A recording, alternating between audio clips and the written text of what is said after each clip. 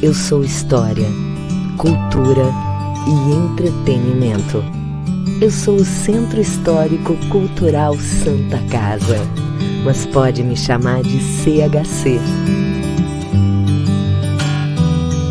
Aqui você encontra arte, história, educação, lazer e propósito.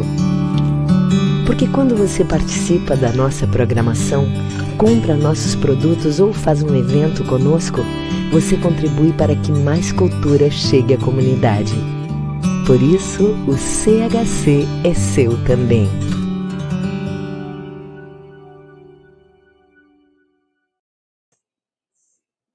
Boa noite, queridos amigos, senhoras e senhores que já nos acompanham há tantos anos neste ciclo de palestras Histórias da Saúde. Hoje temos um convidado especial, um psiquiatra que é reconhecido no nosso país e internacionalmente sobre suas pesquisas no uso de drogas. Bom, o Dr. Sérgio de Paula Ramos é membro titular da Academia Sul-Rio-Grandense de Medicina. É membro também do Conselho Consultivo da Associação Brasileira de Estudos sobre o Álcool e Outras Drogas. É membro da Comissão sobre Transtornos Aditivos da Associação Brasileira de Psiquiatria e é diretor da Vila Janus. Sua palestra é muito instigante e vamos agora, então, iniciá-la. Boa noite, doutor Sérgio, a palavra é a sua. Boa noite, doutora Leonora. Agradecer o honroso convite para aqui estar com vocês, né? E, sem mais delongas, vamos fazer a apresentação, né? Meus créditos já foram apresentados pela doutora Leonor e devo esclarecer, para começo de conversa, que eu não tenho conflito de interesse nenhum com o material aqui que será exposto. Jamais recebi algum tipo de suporte das indústrias do álcool, do tabaco, farmacêutico, da maconha, e, por oportuno, declaro também que nenhum familiar o recebeu, né? O título da minha conferência é Maconha, vamos liberar? Né? E é sobre isso que eu quero começar a falar com vocês. Desde 2013, o mundo assiste a uma tendência de pró-legalização do uso de maconha.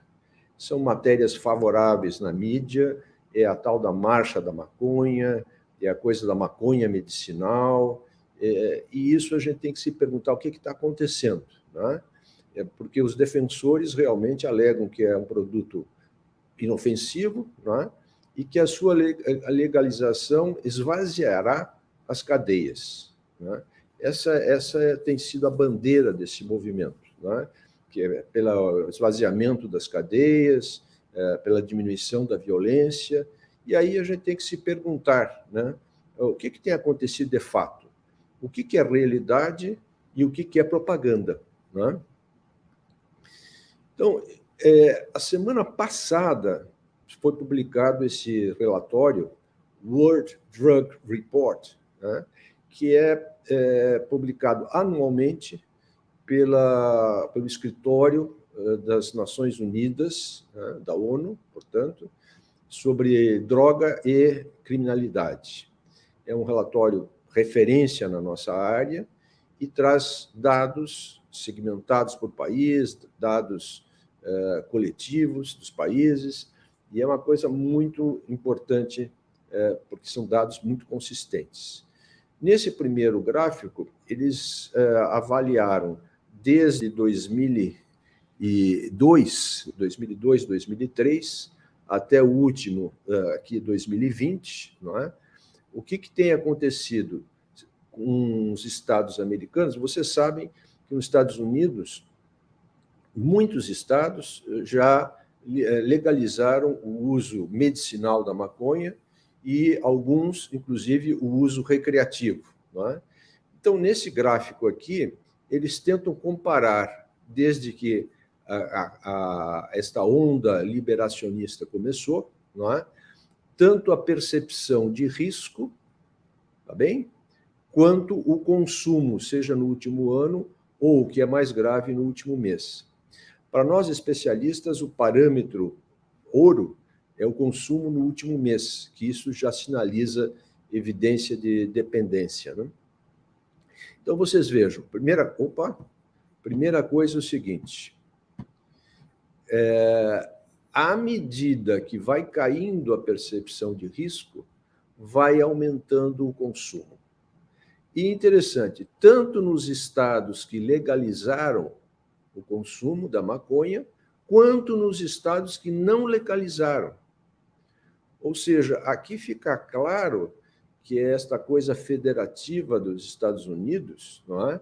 Não existe fazer xixi em meia piscina, não é? Quer dizer, a legalização em alguns estados repercute em todos, não é?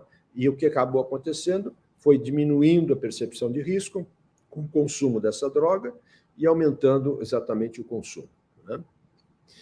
E isso foi bastante consoante com os achados aqui no nosso vizinho Uruguai. Vocês sabem que em 2013 o Uruguai proclamou uma lei, né, o Congresso uruguaio uma lei, né, autorizando o uso de maconha, né, o uso inclusive recreativo. E essa lei foi implementada em 2014. Né? Eu costumo brincar porque quando estavam discutindo essa lei, eu fui convidado para dar uma conferência no Congresso.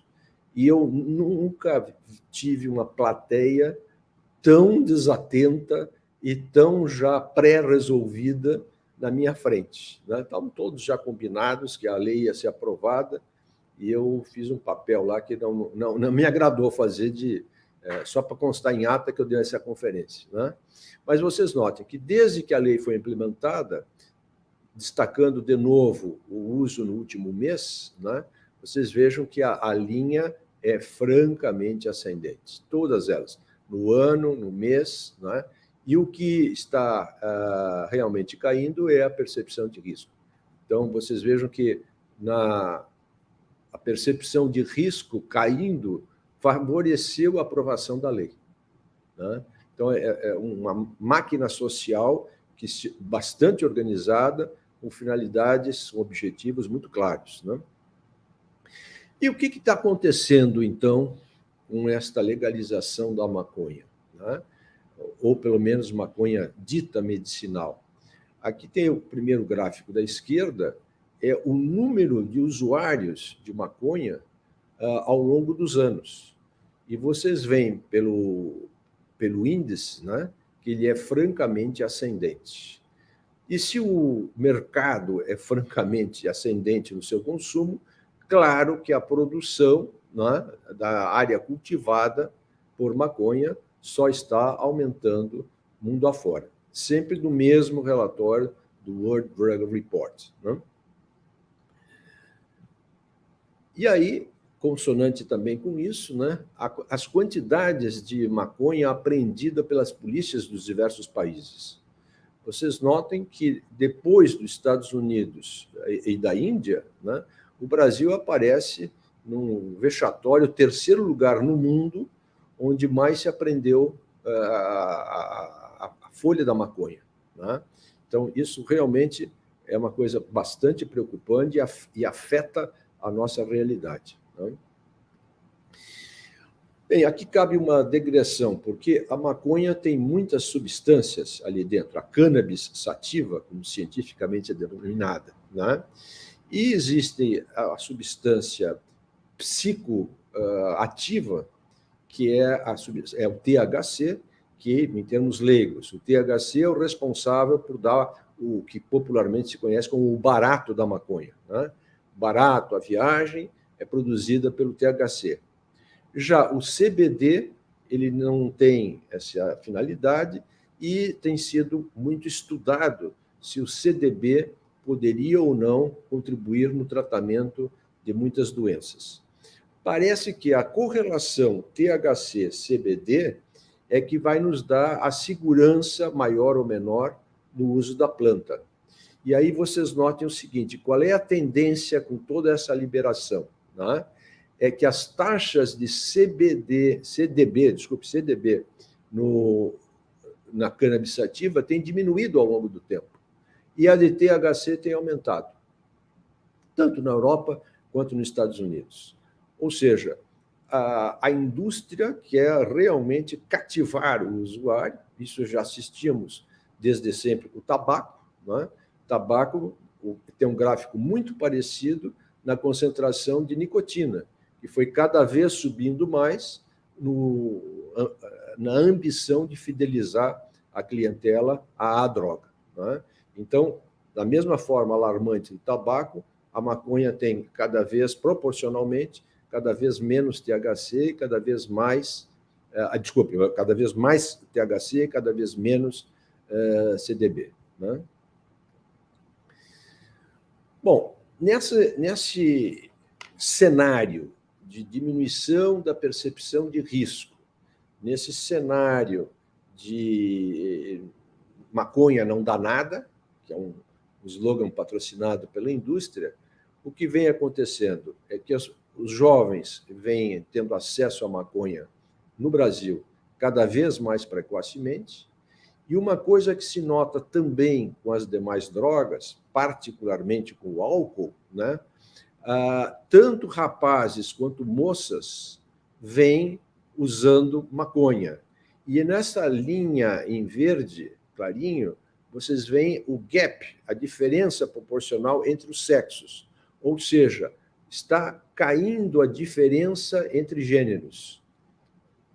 Ou seja, mais meninas proporcionalmente estão fumando e puxando fumo, e a tendência é, daqui a pouco, se encontrarem meninos e meninas em igual taxa de consumo de cannabis.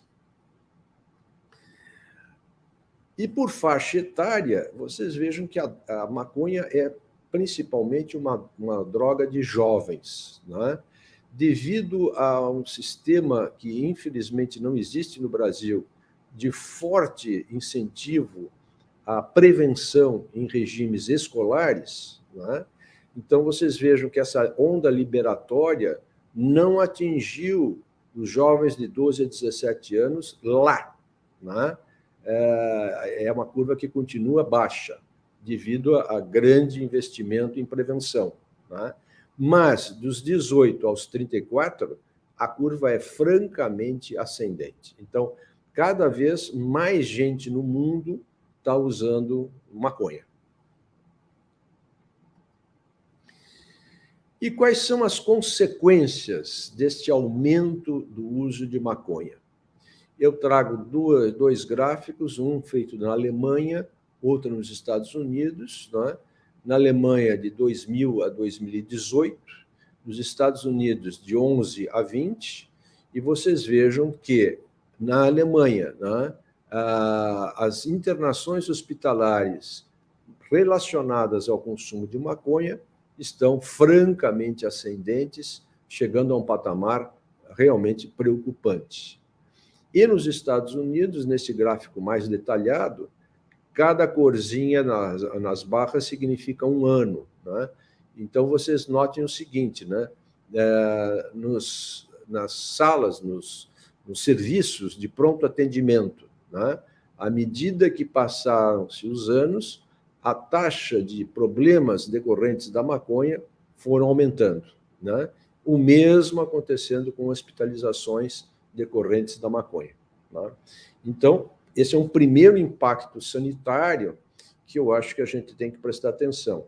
Legalizar maconha, seja no nível dito medicinal, seja no nível recreativo, tem como um primeiro impacto o aumento do consumo. E deste aumento de consumo decorre aumento na frequência de serviços de emergência e aumento nas taxas de hospitalização. Ou seja, alguém vai ganhar com a legalização da maconha, né? Mas a população vai perder. E aí, esse dado é um dado muito preocupante, né? É o consumo também ascendente, né? Vocês notem aqui, ano a ano, a evolução das cores, né?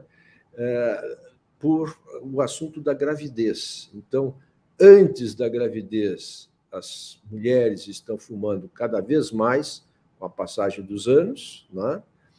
E Surpreendente, durante a gravidez, olha só também, durante a gravidez, o uso de maconha, né?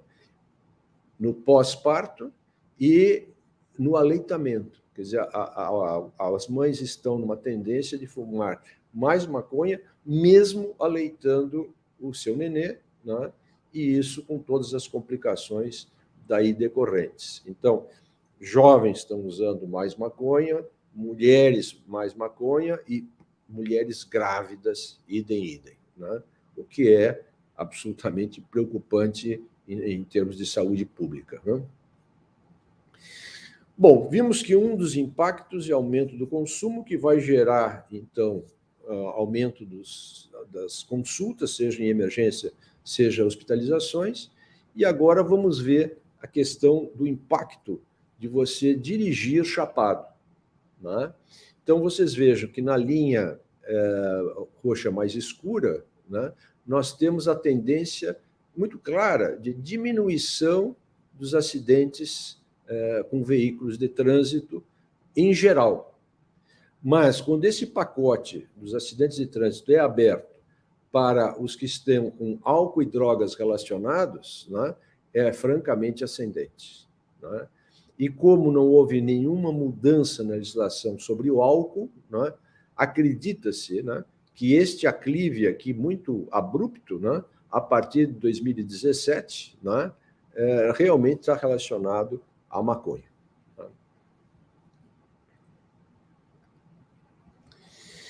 Então, é verdade que maconha não dá nada, né? Bom, eu tenho uma vida dedicada ao tratamento desses pacientes, né?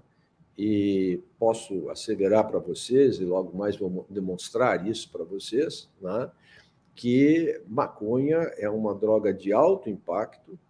Talvez eu sustento que seja a droga mais grave, mais danosa para o público jovem. E vou dizer isso por quê, né?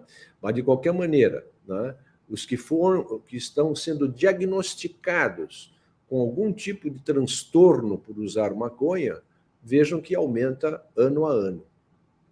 E uma das decorrências do uso da maconha é a sua forte associação com depressão, ideação, pensamento suicida, tentativa de suicídio e suicídio propriamente dito, né?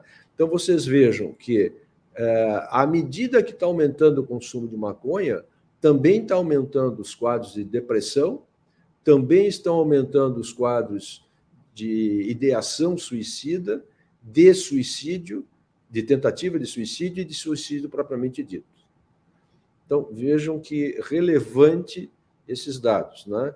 Aumento do consumo, aumento de hospitalizações, aumento de depressão, aumento de suicídio, aumento de acidentes de trânsito, né? Bom, isso tudo é um impacto do uso da droga na saúde pública, não só no caso da gestante, da usuária, como também depois da sua prole, né? E a violência, já que alegam que a violência vai diminuir com a legalização da maconha, pois não é o que os dados mostram, não é?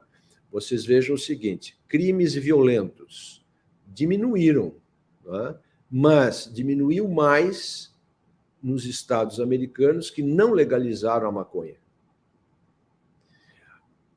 Assassinatos, não é? Diminuiu com a maconha, isso precisa dizer que assassinato diminuiu, enquanto a tendência geral aumentou, né? Mas, em todos os outros parâmetros, vocês vejam que houve aumento muito mais nos estados, aumento muito mais nos estados em que a maconha está legalizada, e quando houve diminuição, essa diminuição foi muito mais discreta nos estados onde houve a legalização do consumo da maconha. De um modo geral, a gente pode dizer, então, que a violência não diminuiu.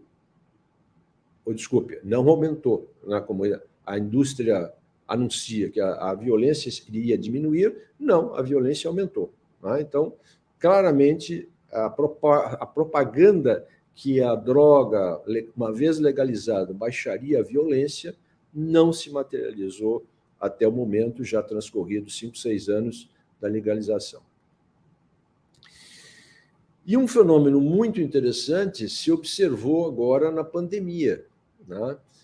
Que a produção caseira de maconha, vejam vocês, a partir de 21, né, foi subindo a produção caseira de maconha, né, justamente porque havia o isolamento social. Né? Então, uma vez liberado, o controle fica muito difícil. Né? Então, o resumo até aqui da apresentação é que o consumo disparou e a violência não só não diminuiu, como aumentou. Né? Bem, aí vamos conversar um pouquinho sobre maconha não danada. Né? Vamos fazer uma rápida comparação, maconha e álcool, por exemplo. Tá? Um guri, uma guria de 14 anos que se intoxica com álcool, ela vai começar a se expor em termos de comportamento indevido. Se insistir no consumo, vai passar mal, vai vomitar, vai ter a famosa ressaca no dia seguinte. Ou seja, não tem como não ser percebido o efeito deletério de um abuso alcoólico, sobretudo na adolescência. Já a maconha, o jovem usa e, fora aquela meia hora, uma hora de descontração, de riso frouxo, né, não percebe nenhum impacto maior. Eu trago esse trabalho aqui do meu amigo David Ferguson, da Nova Zelândia. Né? O David já esteve no Brasil duas vezes já a nosso convite, né? E, infelizmente, em 2019 veio a falecer. Né? Mas o seu trabalho de 2008, esse trabalho que aqui trago, é meridiano e até hoje não contestado. Né? O que fez o Ferguson? Eu costumava brincar com ele que ele era um desocupado, né? Porque ele tinha pego 1.500 bebês na cidade de Christchurch, na Nova Zelândia, e vinha acompanhando esses bebês há 30 anos, numa coorte, né? Estudando o impacto da maconha sobre esses bebês. Quando esses bebês tinham 25 anos, ele comparou as pessoas que tinham se envolvido com o consumo de maconha na adolescência e os que não tinham se envolvido com o consumo de maconha. Veja que importante a metodologia desse trabalho. Aos 25 anos, foram pegos para esta amostra apenas os abstêmios, ou seja, usuários de maconha na adolescência e não usuários, aos 25 anos, os dois grupos estavam abstêmios. Né? E aí ele foi fazer uma série de investigações sobre performance em geral na vida desses dois grupos. O que ele notou? Que o grupo que tinha se envolvido com maconha na adolescência, e notem bem, repito, já tinham parado com a maconha, não é? Notou, em relação aos que não tinham se envolvido, declínio na produção escolar e acadêmica. Ou seja, a performance escolar e acadêmica dos que no passado se envolveram com maconha era pior do que os que não tinham se envolvido com ela. Também notou um rebaixamento no coeficiente de inteligência. Os jovens, comparados com eles mesmos, chegaram a perder, em média, 7 pontos no quociente de inteligência, em relação aos que não tinham se envolvido com ela. E aumento da prevalência de depressão, ideação suicida e das tentativas de suicídio, bem como dos suicídios, como eu mostrei para vocês naquele gráfico anterior. Também notou menos diplomas universitários, menos relações amorosas estáveis e menos trabalho. Então, notem, os antigos usuários de maconha, para ser breve, estavam muito mais lesados dos que os não usuários. E aí uma última pergunta de investigação inquietante, né? Perguntado sobre, você se acha uma pessoa feliz? Né? Os antigos usuários diziam-se mais felizes do que os demais. Isso é um aspecto surpreendente para quem não é da área, mas fica bem ilustrada numa história pessoal minha. Eu gosto muito de fotografia e, com mais 3 amigos, nós fomos fotografar o deserto do Atacama. E aí, depois de uma semana de fotografagem, numa sexta-feira à tarde, com um sol bonito, deixamos as câmeras finalmente no hotel, né, e fomos passear na cidade de São Pedro do Atacama, na época com 2.000 habitantes. Fomos chegando, chegamos na pracinha da cidade. E lá estava um artesão, aqueles com cabelo rastafari, que eu acho que não via água há pelo menos há uns 6 meses, né? Um jovem quase maltrapilho, poderia dizer, né? E costurando lantejoulas numa camiseta. Ao ouvir que falávamos português, ele nos perguntou, mas os senhores são brasileiros? Eu falei, somos. E você também, pelo jeito? Sim, eu sou de São Paulo. Eu falei, olha, eu também sou de São Paulo. O que você fazia lá? Né? Eu era estudante da FAU, Faculdade de Arquitetura e Urbanismo da Universidade de São Paulo. Talvez a faculdade de arquitetura mais difícil do Brasil de entrar. E aí eu fiquei curioso, né? O estudante da FAU, né, vem parar numa situação de quase mendicância em São Pedro do Atacama, né, 2.000 habitantes. Aí ele não me conhecia, não sabia quem eu era. Eu perguntei, mas isso aí tem alguma maconha nessa história? Ele falou, sim, eu uso 3 a 4 baseados em maconha desde sempre. Está explicado todos os índices do meu amigo Ferguson, que o Ferguson encontrou. Não é? Então, a pessoa está lesada e sente-se feliz, o que é uma dificuldade extra para os psiquiatras que vão tratar, psicólogos, enfim, porque a pessoa tem uma sensação de bem-estar. Está mal e fica se sentindo bem. Então vem essa inquietação, né? Se o consumo aumentou e se a violência não diminuiu, por que o movimento pela legalização prossegue, a despeito desses malefícios aqui bem documentados? Né?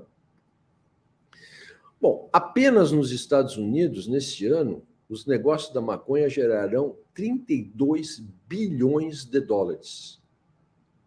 No mundo, algo como 300 bilhões de dólares. Para você ter uma ideia da grandeza dessas cifras, né? O orçamento do Ministério da Saúde do Brasil neste ano é de 29,5 bilhões. Então, vocês imaginem a deslealdade na concorrência. Não é? Dizer, só nos Estados Unidos o negócio da maconha gera mais grana do que o Ministério da Saúde brasileiro dispõe para um ano inteiro, uma população de 220 milhões de habitantes. Não é? Então, é por isso que eu acho que o negócio da maconha prospera. Né? E quais são as estratégias da indústria da maconha? Bom, a indústria visa justamente diminuir a percepção de risco para aumentar o consumo. Né? Então, primeiro vem a fase do maconha não dá nada, depois vem a fase de não só não dá nada, como ele é extremamente útil e terapêutico para um monte de coisas, né? Daí a expressão de marketing maconha medicinal, para finalmente liberar a maconha recreativa. Né? Essa expressão maconha medicinal, que é uma expressão marqueteira, né? É muito curiosa. Né? Eu cito sempre, todas as vezes que eu falo, eu cito essa história, né? Porque da maconha tem esse produto, o CDB, né? Que ele é potencialmente terapêutico, eu vou falar logo em seguida, para algumas poucas doenças raras, mas é o CDB. Né? Por semelhança, o veneno da jararaca tem uma substância lá dentro que é um potente hipotensor, a bradicinina, né? E vai gerar um remédio que, para nosso orgulho, foi desenvolvido por um brasileiro da Faculdade de Medicina de Ribeirão Preto, né? O captopril. Então, o captopril é uma medicação que se faz através do veneno da jararaca. Se tira o produto, sintetiza em laboratório e vamos em frente. Até hoje, ninguém me falou em jararaca medicinal. E ninguém quis levar 3 jararaca para casa. Tá? Então, realmente, essa expressão maconha medicinal é uma expressão para diminuir a percepção de risco dessa droga. Então, como é que a indústria da maconha tem se comportado para diminuir a percepção de risco? Produzindo matérias favoráveis à maconha. Tá? Se você descobre que maconha dá mais uma doença que não se tinha imaginado, né? Isso não sai no jornal. Agora, se o CBD conseguiu diminuir de 50 para 20 o número de convulsões por dia numa criança com formas malignas de epilepsia, bom, isso vira manchete no Jornal Nacional, no Fantástico, etc. Né? Então, é com esse espírito que vai se criando um caldo de cultura liberatória. Aí, patrocinando marchas da maconha, né? Cunhando os poucos efeitos positivos do CBD como maconha medicinal, financiando partidos e políticos favoráveis à legalização do uso medicinal, em um primeiro momento, para depois o uso recreativo. Essa é a marcha da maconha para ser liberado o uso recreativo. Nisso, eles não estão sendo inéditos. Com um século de diferença, eles estão repetindo a indústria do tabaco. Eu me dei o trabalho de pegar essas propagandas do início do século passado, né, onde se dizia que, olha, meu pai usa tal marca, um bebezinho orgulhoso que o pai preferia tal marca. A mocinha dizendo que fumar faz bem para a garganta, que até alguns médicos recomendam, e olha o Papai Noel fumando. Quer dizer, hoje em dia, você tira o cigarro de tabaco e põe o cigarro de maconha, são as mesmas peças publicitárias. Antes se dizia que tabaco fazia bem para a garganta, agora se diz que é maconha. Tá? A mesma peça publicitária. Tá? Então, o que a gente conhece de fato, né? Sobre a tal da maconha medicinal? Né? Ela entrou na faixa quase que do IP roxo. Né? Ela é proposta para o tratamento desde unha encravada até câncer do cérebro. Né? Mas o que se tem de evidência sólida? As únicas duas evidências sólidas que existem até agora, né, é na epilepsia maligna da infância e na esclerose múltipla. Né? São duas doenças raras, né, que vai ser útil como atenuante do quadro, né, e apenas a partir do comprimido produzido em laboratório com o CBD. Não há nenhuma evidência que maconha fumada faça algum tipo de benefício para a saúde. E há uma extensa lista de malefícios com maconha fumada, particularmente por jovens. Então, finalizando a minha apresentação, eu pretendi aqui mostrar fatos. Né? Sabemos, no entanto, que o lucro a qualquer preço prevalece sobre a saúde pública. A indústria da maconha ganhará. Meu mercado, lamentavelmente, aumentará. Teremos mais dependentes de maconha para tratar. Pena que a população sairá perdendo. Essa é a minha mensagem. Eu agradeço a atenção e me coloco absolutamente à disposição de vocês para alguma pergunta, algum debate que queiram fazer sobre essas ideias. Muito obrigado. Bom, doutor Sérgio, queria agradecer a belíssima palestra. Eu acho que nós ganhamos agora instrumentos para poder discutir, né? E só isso nós vemos ultimamente seguidamente propagandas sobre o que o senhor falou, sobre o benefício do uso da maconha, não definindo que tipo de benefício, né? Em várias doenças. Eu acho que isso daí é corriqueiro, e aparece uma criancinha no colo dos pais, e essa criancinha vai se beneficiar. É frequente que a gente tem observado. Mas vamos ver aqui no Brasil, quais as áreas, assim, são as áreas urbanas, áreas rurais, ou quais tipos de áreas no litoral brasileiro? Que região que a gente pode ver que o consumo está diferenciado, maior o consumo? Antigamente, doutora Leonor, era uma droga abusada mais em centros urbanos. À medida que a televisão foi chegando nos mais distantes rincões desse país, a coisa foi se espraiando, não é? E não existe mais uma localização preferencial. Lamentavelmente, nos levantamentos nacionais, a Porto Alegre é uma das cidades que mais consome maconha. Aliás, não só maconha, também é uma das cidades que mais se fuma do Brasil, né? Então, centros urbanos continuam sendo, sim, uma região de muito consumo, sobretudo por jovens. Agora, não tem rincão nesse país que você não possa, querendo, achar maconha, né? É uma droga que está sendo usada em todos os segmentos socioeconômicos e culturais, né? Então, realmente, como diz a nossa secretária aqui em casa, doutor, está por tudo. Está por tudo mesmo. Sim, aqui, bom, isso que o senhor falou, por exemplo, no Uruguai, quando a gente viaja para o Uruguai, ou que seja, a gente sente o cheiro da maconha, é uma coisa assim terrível, a gente está numa praia, está num restaurante e se sente o cheiro. Então, parece assim que está oficialmente liberado.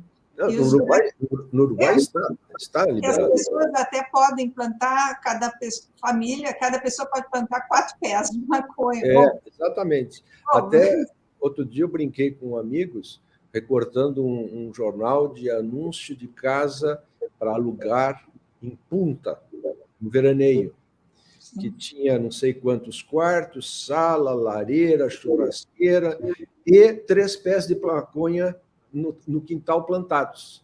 Então, esse era o diferencial da casa, né?